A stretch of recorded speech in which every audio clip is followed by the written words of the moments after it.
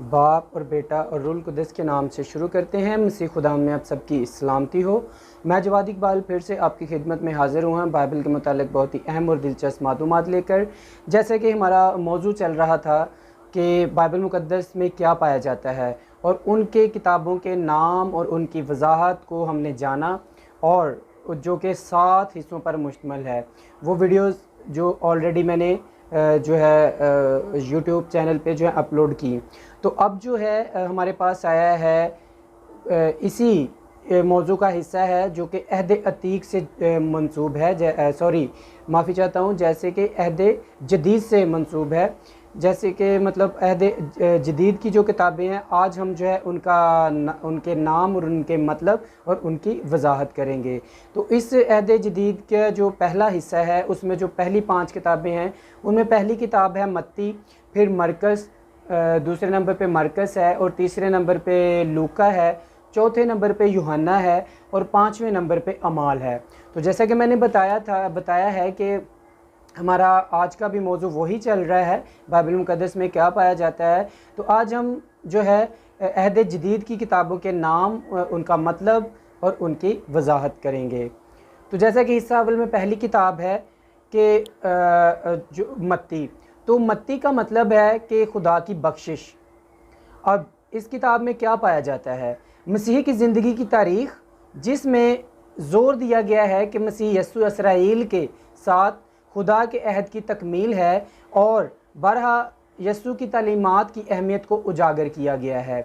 तो इस किताब का जो ख़ुलासा है वो चंद लाइनों में जो है मैंने बताया है, लेकिन आप इसको अच्छे से अपने घर में पढ़ें, इस खुलासे को मद्देनज़र रखते हुए कि जैसे कि मसीह की ज़िंदगी तारीख़ है, तो तारीख़ी बात तो होती है पुरानी। अब उसके इसराइल के साथ खुदा के अहद की तकमील और जो भी इसमें है पाया गया, उसका निचोड़ ये चंद लाइनों में है। जब हम इसको पूरा मुताला करेंगे इस किताब को, तो हमें आसानी समझने की सारी जो है ना वो सलाहियत हम में आ जाएगी। तो आगे जो हमारी दूसरी किताब है उसका नाम है मरकस, जो कि अहद जदीद की दूसरी किताब है। उसका नाम है मरकस, और मरकस का मतलब है स्यारा मरीख। अब इस किताब में क्या पाया जाता है? मसीह की ज़िंदगी की तारीख़, जिसमें यरूशलेम यस्सु के आखिरी हफ्ता, उसकी मसलूबियत और क़यामत पर ख़ास जोर दिया गया है। तो इसी तरह ये भी चंद लाइनों में जो है ख़ुलासा है पूरी किताब का।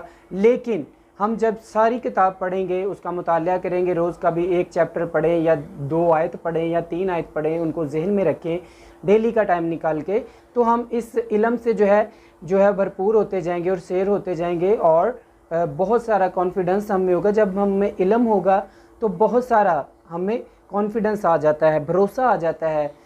तो आगे बढ़ते हैं। तीसरी किताब है लूका। तो लूका का मतलब है रोशन करना या मुनव्वर। मुनव्वर का भी मतलब रोशन है और रोशन करना भी। अब इस किताब में क्या पाया जाता है? यस्सु की ज़िंदगी की तारीख़, जिसमें यस्सु की शख्सियत और उन लोगों पर जोर दिया गया है जिनकी ज़िंदगियों को उसने छुआ। ये भी इसी तरह खुलासा है पूरे जो लूका की अनाजील है उसको सारा पढ़ें, उसका एक चंद लाइनों में खुलासा है। तो वही बार बार मैं दोहरा रहा हूँ कि इसको जब हम पढ़ेंगे तो बासानी हमें जो है समझ लग जाएगी कि इसमें है क्या। अब हमारी जो चौथी किताब है हिस्सा अव्वल की अहद जदीद के हिस्सा अव्वल की चौथी किताब है, उसका नाम है यूहन्ना। अब यूहन्ना का मतलब है खुदा की बख्शिश, जैसा कि मत्ती का मतलब है वैसा ही इसका मतलब है खुदा की बख्शिश या फजल या रहमत। अब जो है इसमें क्या पाया जाता है? इस किताब में पाया जाता है यस्सु मसीह की ज़िंदगी के हालातों वाक़यात, जो ये आश्कार करते हैं कि वो खुदा का बेटा मसीह है।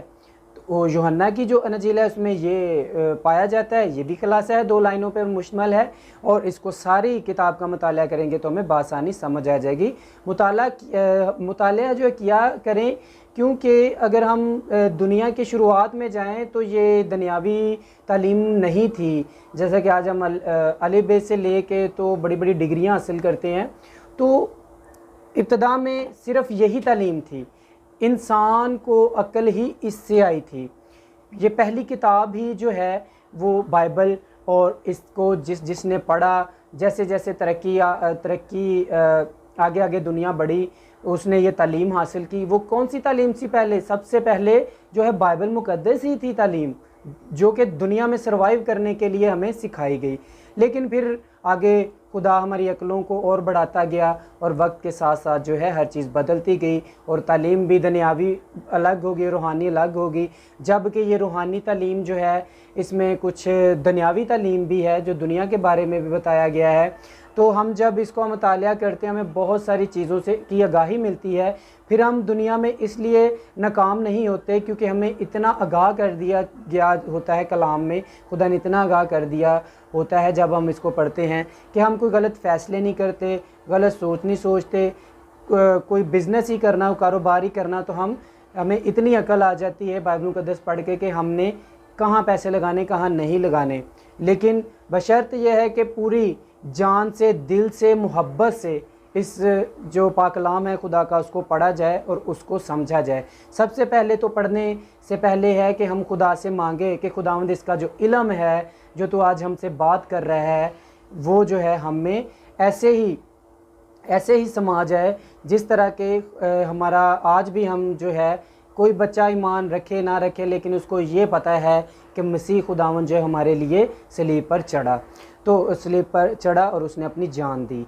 तो आगे हमारी जो हिस्सा अव्वल की अहद जदीद के हिस्सा अव्वल की 5वीं किताब है उसका नाम अमाल है। और अमाल का मतलब है कि अमल की जमा है। जैसे कि हमारे बहुत सारे अमल हैं कि जैसे जी हम दूसरे को सिखाते हैं कि सच बोलें तो खुद सच नहीं बोलें, तो ये अमल नहीं है। तो अब हम जब खुद सच बोलेंगे दूसरे को बताएंगे तो ये अमल हो गया।